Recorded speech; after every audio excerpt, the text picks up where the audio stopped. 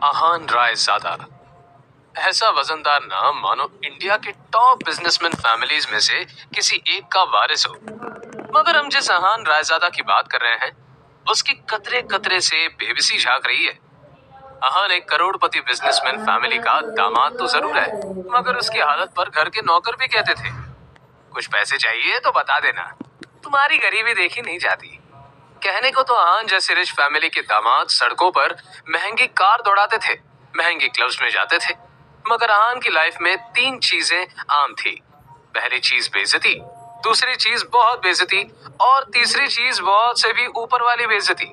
और हाँ, कभी कभी वो किसी रईस को जब अपनी बीवी को एक महंगे होटल में खाना खिलाते देखता तो वो खुद से कहता, एक दिन अपना टाइम भी आएगा जब मैं महंगे सूट में ऐसे किसी महंगे होटल में अपनी बीवी शनाया को टशन के साथ खाना खिलाऊंगा। देखना, जब वो मेरे सीने से लग के एक रोमांटिक डुएट में मेरे साथ रोमांटिक कैंडल लाइट डांस करेगी तो होटल में बैठकर सारी रईसजादों के सीनों पर सांप लौटेंगे। आहान ने ऐसा सोचते हुए अपने हाथ में रखे तकिए को सीने से लगाकर कस कर दबा लिया। नींद की खुमारी में जैसे ही उसने पिलो को अपनी बाहों में दबाया, तुरंत ही उसका मोबाइल बज उठा। आहान चौंक कर उठ बैठा। आंख मलते हुए मोबाइल स्क्रीन पर देखा तो शगुन का फोन था। उसे देखते ही आहान के सारे सपने छू मंतर हो गए। शगुन आहान की बीवी शनाया की कजिन थी, जो हमेशा ही आहान को नीचा दिखाने की कोशिश करती थी। मोबाइल की तरफ देखकर आहान ने बुरा सा मुंह बनाया और फिर कुछ सोचकर फोन उठा लिया। तभी दूसरी तरफ से आवाज आई, क्या बात है जीजा जी, फोन नहीं उठा रहे हैं आप? जवाब में आहान ने कहा, नहीं शगुन, मैं। तभी शगुन उसकी बात काटते हुए बोली, है वो सब छोड़ो, मेरा एक काम है। साहू ज्वेलर्स पर मेरा एक नेकलेस पड़ा हुआ है, मैंने उसके मालिक को फोन कर दिया है, वो नेकलेस लाकर आप मेरे घर पर आ जाइए। और हाँ, तभी आहान बीच में बोल पड़ा, शगुन मुझे बैंक जाना है और मैं।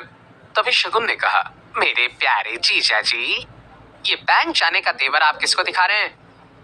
पलना तो आपको हमारे टुकड़ों पर ही है, इसलिए ये बहाना बनाना छोड़िए और 1 घंटे के अंदर मेरा नेकलेस लाकर मुझे दीजिए। और हाँ, वो ज्वेलर्स आपको 30,000 रुपए भी देगा, उसमें से एक पैसा भी गायब नहीं होना चाहिए। तभी आहान थोड़ा चिढ़ते हुए बोला, देखो शगुन, एक तो मैंने आज तक कभी चोरी नहीं की है, और दूसरी बात ये कि अगर इतना ही मुझ पर डाउट है तो ये काम किसी नौकर को भेजकर क्यों नहीं करवा लेती?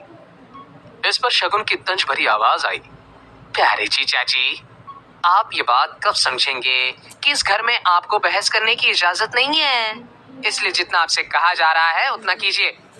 और मैं फिर से आपसे कह रही हूँ कि उस पैसे में से एक भी रुपया कम नहीं होना चाहिए। ये चीजें आप 1 घंटे के अंदर लेकर मेरे घर पहुंचाइए, बाय। इतना कहकर शगुन ने फोन कट कर दिया।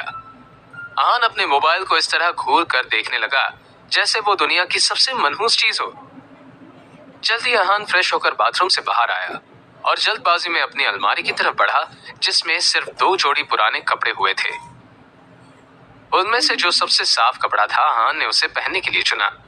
तैयार होकर वो बाहर निकला और जैसे ही सामने देखा तो उसकी सांस यामिनी गिल अपनी कुछ सहेलियों के साथ रमी पार्टी में व्यस्त थी। तभी यामिनी जी की एक सहेली ने अपनी सैंडल की तरफ देखकर कहा, देखो नहीं यामिनी, आज तुम्हारे यहाँ आते वक्त मेरे सैंडल का स्ट्रिप टूट गया, अब मैं वापस घर कैसे जाऊंगी?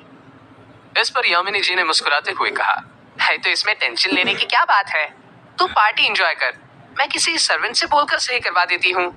जवाब में वो औरत बुरा सा मुंह बनाते हुए बोली, अरे नहीं नहीं, मेरी बहुत महंगी सैंडल है, मैं किसी नौकर पर भरोसा नहीं कर सकती, वैसे भी मैं टूटी सैंडल दोबारा नहीं पहनती, पर क्या करूं, घर तो जाना ही है। जवाब में यामिनी जी मुस्कुराते हुए बोली, अरे नौकर नहीं, बस नौकर से थोड़ा ऊपर है, वो तेरा काम अच्छे से करवा देगा। आहान उस तरफ से निकला ही था जब यामिनी जी की नजर उस पर पड़ गई। उन्होंने आहान को पुकारा, अरे सुनो आहान, इनकी सैंडल सही करवा के लाना जरा। तभी यामिनी जी की सहेली ने कहा, यामिनी, ये काम दामाद से? यामिनी उनकी बात बीच में काटकर बोल पड़ी, अरे तुम लोग टेंशन मत लो, ऐसे कामों में इनको बहुत मजा आता है, किसी के पास और कोई काम हो तो बता देना। यामिनी जी की ये बातें सीधा आहान के दिल पर आकर लगी, मगर अब उसे ये सब हमेशा ही सुनने की आदत सी हो गई थी। उसे याद आया था कि आज उसका बर्थडे है, मगर ये सिर्फ उसे ही याद था, बाकी किसी को भी इससे कोई मतलब नहीं था। तभी आहान ने यामिनी जी से कहना चाहा, मगर अभी मैं शगुन के काम से। उसकी इतना कहते ही यामिनी जी ने आंखें दिखाते हुए कहा, बहस नहीं, जल्दी से काम खत्म करके आओ। और अब यामिनी जी की सहेली ने आहान को उसकी टूटी हुई सैंडल की स्ट्रिप दिखाकर कहा, बस ये वाली सही करवा के लाना। कहते हुए उसने आहान का हाथ उठाकर सैंडल आगे उसके हाथों में पकड़ा दी। आहान सर झुकाए उस सैंडल की तरफ देखने लगा। न चाहते हुए भी आहान को ये काम करना पड़ रहा था। उसे जाते देख यामिनी की बाकी दो सहेलियों ने भी अपने अपने काम पकड़ा दिए। आहान सबकी बातें सुन रहा था और फिर सामने लगी शनाया की तस्वीर देखकर मन ही मन में बोला, इतनी बेइज्जती की बात भी अगर मैं इस घर में टिका हुआ हूं तो सिर्फ इसलिए शनाया क्योंकि मैं आपको खोना नहीं चाहता। I love you. इतना कहकर आहान बाहर आ गया। वो अपनी बाइक लेकर निकला ही था कि तभी रास्ते में उसके मोबाइल पर उसकी बीवी शनाया का मैसेज आया। अच्छा सुनो, क्या आप आज मेरे ऑफिस आ सकते हैं? ये मैसेज पढ़ते ही आहान के होठों पर एक स्माइल आ गई और उसके पूरे दिन की टेंशन जैसे गायब हो गई। आज पहली बार शनाया ने उसे ऑफिस बुलाया था। एक वही तो थी उसकी जिंदगी में जिसकी मुस्कुराहट देखकर वो खुद को जिंदा रखता था। शनाया का चेहरा देखे बिना आहान को चैन नहीं आता था और उसके बस में होता तो शनाया की हर एक खुशी के लिए खुद को लाखों बार कुर्बान कर देता। वो मैसेज पढ़ते हुए आहान मुस्कुरा कर बोला, आज पहली बार आपने मुझे ऑफिस बुलाया शनाया। मुझे पता था मेरा बर्थडे किसी और को याद होना हो मगर आपको जरूर याद रहेगा, इसलिए आपने मुझे बुलाया है। मैं भी बड़ी बेसब्री से आपके सरप्राइज गिफ्ट का वेट कर रहा हूं। इतना सोचकर आहान ने बाइक स्टार्ट की और अब गिल कंस्ट्रक्शन के ऑफिस की तरफ निकल पड़ा। रास्ते में आहान को एक फूलों की दुकान दिखी। कुछ सोचकर उसने बाइक रोकी और अपना पर्स निकालकर देखने लगा। उसमें सिर्फ 500 का एक नोट पड़ा हुआ था। उस नोट की तरफ देखते हुए आहान ने कहा, ओह, 2 ही जोड़ी कपड़े हैं मेरे पास। बैंक जाने के लिए इन्हें पैसों से मुझे नए कपड़े लेने थे, पर कोई बात नहीं, शनाया से बढ़कर कुछ भी नहीं। और फिर उस पैसे से आहान ने शनाया के लिए फूलों का वो बुके ले लिया। जैसे ही आहान वापस मुड़ा तो उसे शगुन का काम और अपनी सास के दिए हुए काम याद आ गए। उसने एक नजर घूर कर उस सैंडल की तरफ देखा और कहा, माफ करना डियर आंटीज एंड सासू मां, आपके चरणों को प्रणाम, मगर शनाया से बढ़कर मेरे लिए कुछ भी नहीं। थोड़ा सा सुन ही लेंगे आपसे। इतना कहकर आहान ने वो सैंडल उठाया और पास की झाड़ियों में फेंक दिया। आज वो पहली बार गिल कंस्ट्रक्शन के ऑफिस जा रहा था, जो कंपनी गिल खानदान की थी। ये सोचकर आज वो फूला नहीं समा रहा था कि आज वहां उसका अच्छे से स्वागत होगा। वहां पहुंचते ही आहान तेजी से ऑफिस के अंदर की तरफ बढ़ा ही था कि तभी सामने से आ रहे एक आदमी से आहान टकरा गया, जिससे आहान के हाथों में मौजूद बुके नीचे गिर गया। वो व्यक्ति दिखने में काफी अमीर लग रहा था, जिसके जिस्म पर नीला सूट और आंखों पर काला चश्मा चढ़ा हुआ था। उसका नाम देव मल्होत्रा था और वो शनाया का क्लाइंट था, जो अभी अभी शनाया के केबिन से बाहर निकला था। वो आहान पर चिल्लाते हुए बोला, यू इडियट, दिखाई नहीं देता क्या तुम्हें? पता नहीं कहां कहां से मुंह उठाकर चले आते हैं। इस ऑफिस के अंदर तुम्हारे खड़े होने की औकात भी नहीं है और टहल ऐसे रहे हो जैसे तुम्हारी खाला का घर है। कौन हो तुम? शायद मल्होत्रा ने उसके बदरंग कपड़ों से उसे नौकर या ऑफिस बॉय ही समझ लिया था। मल्होत्रा ने एक नजर नीचे पड़े बुके की तरफ देखा और फिर उसे अपने पैरों तले कुचल के बाहर निकल गया। आहान ने अपना सर झुकाए उस बुके की तरफ देखा जो पैरों से कुचला जा चुका था।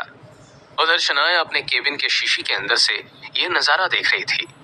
आंखों में आंसू लिए शनाया बस आहान को देखे जा रही थी। देव मल्होत्रा वहां से जा चुका था और तभी आहान की नजर शनाया पर पड़ी तो एक पल के लिए वो अपनी बेइज्जती भूल गया। वो शनाया की तरफ देखकर खुद से ही बोला, कितना प्यार करती हो ना आप मुझसे। मेरे साथ हुए बर्ताव ने आपकी आंखों में आंसू ला दी। और वो शनाया के केबिन में दाखिल हो गया। शनाया ने आगे बढ़कर शीशे के पास लगे पर्दे को गिरा दिया। वो शनाया की तरफ बढ़ा और उसके आंसू पोंछते हुए बोला, अब जाने भी दो ना शनाया, जो भी हुआ मेरे साथ हुआ और इसमें आपको इतना टेंशन लेने की जरूरत नहीं है। तभी शनाया चीखते हुए बोली, दूर हटिए मुझसे, आप चले क्यों नहीं जाते मेरी जिंदगी से? आहान को एकदम से झटका सा लगा। वो खुले मुंह से शनाया की तरफ देखता ही रह गया। तभी शनाया आगे बोली, पति नहीं, मेरे पापों की सजा है आप मेरे लिए। आखिर चाहते क्या हो आप? पापा ने मेरी शादी आपसे जबरदस्ती करवाई है और उस गलती की सजा मुझे अब तक मिल रही है। आप मेरे काबिल भी नहीं थे और आज भी मुझे आपको अपना पति मानते हुए शर्म आती है। आज ड्राइवर नहीं था इसलिए मैंने आपको बुलाया था, पर मुझे नहीं पता था कि मेरा पति इस काम के लायक भी नहीं है। यहाँ आकर आपने मेरे इतने पुराने क्लाइंट मिस्टर मल्होत्रा को नाराज कर दिया। आंखों में आंसू लिए शनाया ने आगे कहा, जहां भी जाती हूँ आप हमेशा बेइज्जती के सिवा मुझे कुछ नहीं दे सकते। सिर्फ एक बदनुमा धब्बा बनकर रह गए हो आप मेरी जिंदगी पर। इतना कहकर शनाया केबिन के बाहर निकल गई। आहान उसके पीछे दौड़ा। तभी रास्ते में पड़े बुके की तरफ देखकर शनाया ने कहा, और ये सब क्या? क्यों इतनी गंदगी फैला रखी है यहाँ पर? इसे डस्टबिन में डालो। शनाया ने एक नौकर से कहा और उस फूल को अपने पैरों से कुचलते हुए आगे बढ़ गई। मल्होत्रा अपनी कार में बैठा पहले से शनाया का इंतजार कर रहा था। फिर आहान के सामने ही शनाया अपने क्लाइंट मल्होत्रा के कार में बैठी और बिजनेस के सिलसिले में वहां से जा चुकी थी। आहान ने एक नजर अपनी बाइक की तरफ देखा, वही खटारा बाइक जो अब आहान की जिंदगी का हिस्सा बन चुकी थी। आंखों में आंसू लिए आहान खुद से ही बोला, कोई बात नहीं शनाया, मुझे पता है आप गलत नहीं हो, बस मेरे हालात गलत हैं। मगर मुझे यकीन है कि एक ना एक दिन आप मुझे जरूर समझेंगी। मैं आपको दुनिया की सारी खुशियां ला कर दूंगा। आप सिर्फ मेरी हो और इस बात का एहसास होगा आपको। कहते हुए वो अपनी बाइक पर जा बैठा। तभी आहान के सामने एक बड़ी और महंगी लग्जरी काले रंग की कार आकर रुकी, जिसमें से एक अधेड़ उम्र का शख्स बाहर निकला। आहान उसे देखते ही चौंक गया, क्योंकि उसके यहाँ आने की उम्मीद आहान को बिल्कुल नहीं थी। वो आदमी आहान के सामने आकर बोला, यंग मास्टर, एशिया के सबसे अमीर कंपनी और रायजादा ग्रुप के अरबों रुपए का बिजनेस एम्पायर आपका इंतजार कर रहा है। वक्त आ गया है कि आप अपना बिजनेस संभालें। आखिर कौन है ये आदमी? आहान के साथ शनाया के इस बर्ताव का कारण क्या है? क्या है आहान की कहानी? जानने के लिए बने रहिए।